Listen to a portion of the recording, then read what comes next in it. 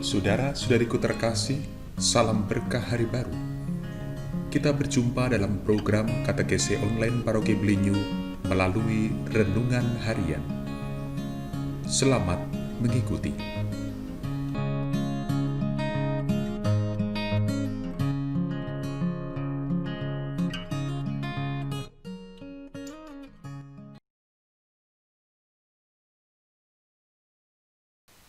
Pewartaan Sabda Tuhan dikutip dari Injil Yohanes pasal 12 ayat 24 sampai 26.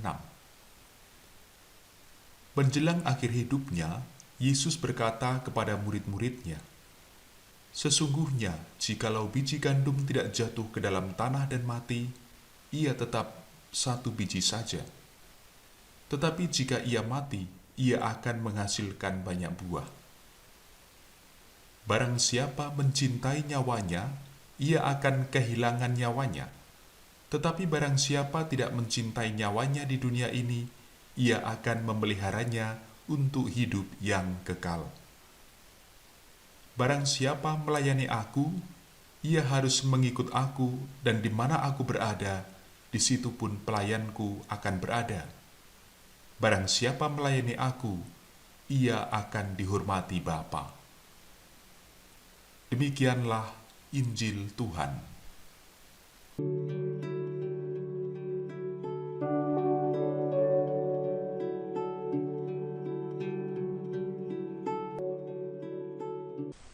Saudara-saudariku yang terkasih, suatu hari saya melihat kejadian sederhana yang mungkin bagi kebanyakan orang biasa-biasa saja, tetapi bagi saya sangat berkesan. Seorang ibu memakan makanan yang oleh anaknya yang masih kecil dikeluarkan dari mulutnya karena tidak suka. Orang Jawa bilang lepehan. Hal mengesan dari pemandangan itu adalah tidak ada rasa jijik dari si ibu ketika harus melakukannya. Begitu juga tidak ada ekspresi marah sedikit pun kepada anaknya itu. Semua dilakukan dengan sepenuh hati, tanpa harus berubah pikiran atau perasaan, karena harus memakan sesuatu yang bukan hanya tidak disukai anaknya, tetapi terlebih bisa disebut bekas atau kotoran makanan dari mulut anaknya. Saya berpikir barangkali begitulah bisa digambarkan secara sederhana bagaimana cinta Yesus pada manusia. Kutipan teks Injil Yohanes pasal 12 ayat 24 sampai 26 menampakkan refleksi iman yang sangat mendalam dari penulis Injil terkait relasi atau hubungan antara Yesus anak Allah dengan manusia umatnya. Relasi itu bersifat permanen. Pertama-tama karena Yesus menerima kita manusia sebagai milik yang telah diserahkan Allah Bapa kepadanya.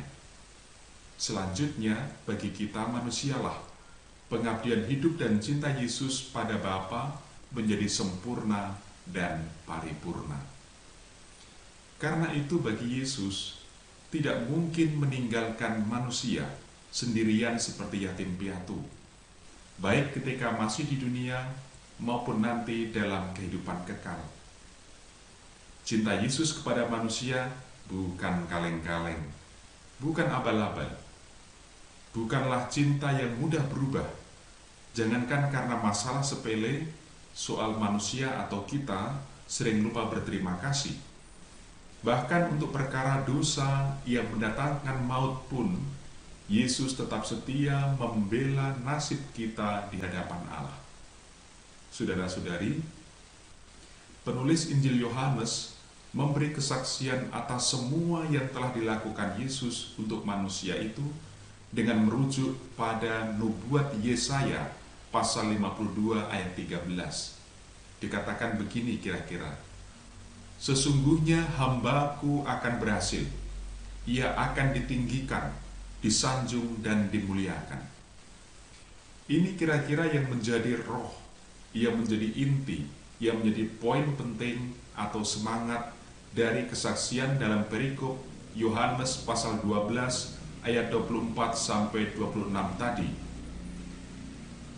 Penulis Injil Yohanes memberi kesaksian bahwa salib dan kematian Yesus bukanlah akhir atau kekalahan dari segala-galanya.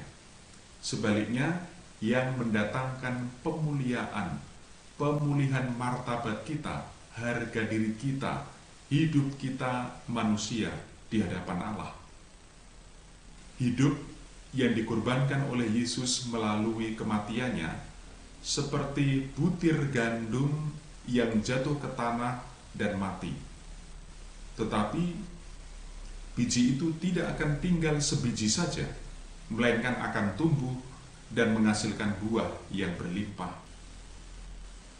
Saudara-saudariku yang terkasih dalam Tuhan, agar semua murid, semua orang beriman, kita, umat manusia, bisa memahami misteri kehidupan dan kemuliaan Yesus, tidak ada jalan lain kecuali terus berada pada jalan hidup yang sama dengan Yesus. Sederhananya, entah hidup entah mati, kita selalu milik Tuhan. Inilah yang dimaksud dengan melayani Tuhan.